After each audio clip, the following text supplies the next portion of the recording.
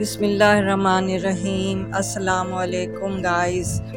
آج میں آپ کو ایک بڑی عجیب و غریب سی کہانی سناتی ہوں جو میری ممانی کے ساتھ یہ واقعہ پیش آیا۔ ممانی سناتی ہیں کہ ان کے گھر میں کوئی پراسرار چیز گھومتی پھرتی تھی۔ اتفاق سے ان کے گھر میں میلاد تھا، یہ 2010 کی بات ہے۔ تو انہوں نے ہمیں اپنے گھر میلاد میں انوائٹ کیا۔ ہم سب بیما فیملی اپنی ممانی کے گھر چلے گئے۔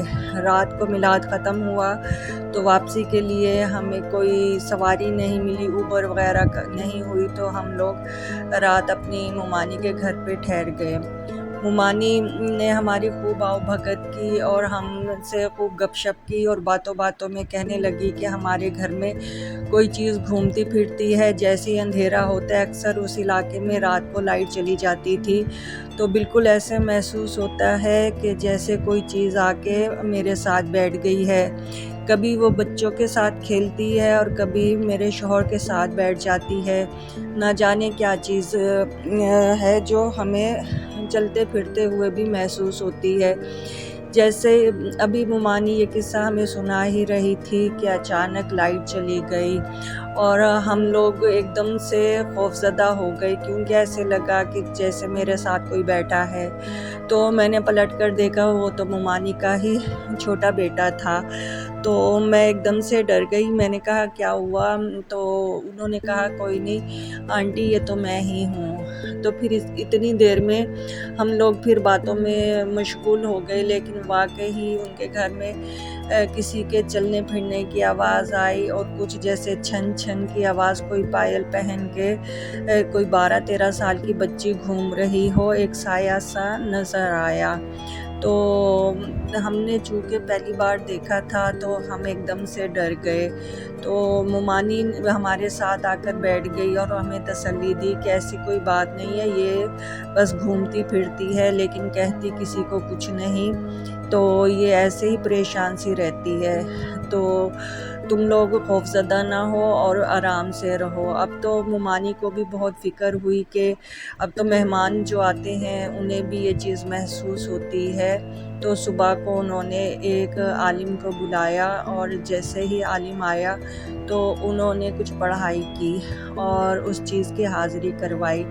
تو وہ کوئی 12-13 سال کی بچی تھی، تو وہ کہتی ہے کہ مجھے 4-5 لڑکوں نے اغوا کر لیا تھا۔ یہ سن 1800 کی بات ہے کہ مجھے اغوا کر لیا تھا اور میرے ساتھ انہوں نے زیادتی کی، اور زیادتی کر کے انہوں نے مجھے یہاں پہ ہی دفن کر دیا تھا۔ دفن اس کو باتھ روم میں، لڑکیوں والے باتھ روم میں کیا تھا۔ وہ اس وقت ظاہر ہے وہ جگہ ویران تھی 1800 میں، اور کوئی وہاں پہ نہیں ہوتا تھا، وہ قبرستان تھا۔ تو اسے کہتے مجھے دفن کر دیا، اور میرے ماں باپ مجھے بہت تلاش کرتے رہے اور میں نہیں ملی۔ اس وقت سے میں یہاں پہ دفن ہوں اور بہت پریشان ہوں۔ اب تو 100 سال سے زیادہ ہو گئے میری یہ جگہ ہے، میری قبر ہے، لیکن میں اب کسی کو تنگ نہیں کرتی اور نہ تنگ کروں گی۔ تو آپ لوگ پریشان نہ ہوں، یہ تو میری جگہ ہے، تو میں یہاں سے نہیں جا سکتی۔ ان بزرگ نے جنہوں نے اس چیز کا حاضری کروائی تھی تو بہت منتیں کی کہ تم یہاں سے چلی جاؤ، یہ لوگ پریشان ہوتے ہیں، ان کے مہمان آتے ہیں، وہ بھی تم کو دیکھ کے ڈر جاتے ہیں، تو تم یہاں سے چلی جاؤ۔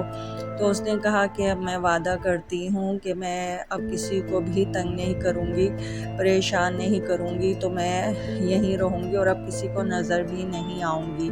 اس لڑکی نے پکا وعدہ کیا، اور اس دن کے بعد سے وہ کسی کو بھی نظر نہیں آئی۔ اب میری ممانی نے وہ گھر بھی چینج کر لیا ہے، کیونکہ وہ بھی بہت خوفزدہ ہو گئی تھی، ان کے بچے بھی چھوٹے چھوٹے تھے، تو وہ خوفزدہ ہو گئی تھی۔ اس دن کے بعد سے جب بھی میرے ذہن میں خیال آتا ہے کہ اب میں اپنے ماموں کے گھر جاؤں گی، ممانی کے گھر جاؤں گی، تو میں پہلے کال پہ پوچھ لیتی ہوں کہ بھئی آپ کے گھر وہ آتما تو نہیں آتی، آتما تو نہیں ہے، کہیں آپ نے گھر چینج کیا تو وہ کہیں آپ کے ساتھ تو نہیں آ گئی؟ تو وہ ہنس کے ٹال دیتی ہیں اور کہتی ہیں ایسی کوئی بات نہیں، تم بے فکر ہو کر آ جاؤ، اب ایسا کوئی خطرہ نہیں ہے اس چیز سے۔ تو اب ہم اپنی مومانی کے گھر بخوشی جاتے ہیں اور بالکل بے خوف و خطر رہتے ہیں۔ تو گائز، میری آپ کو آج کی کہانی کیسی لگی؟ اگر میری ویڈیو پسند آئے تو آپ میرے چینل کو سبسکرائب کریں اور بیل کے بٹن کو پریس کریں۔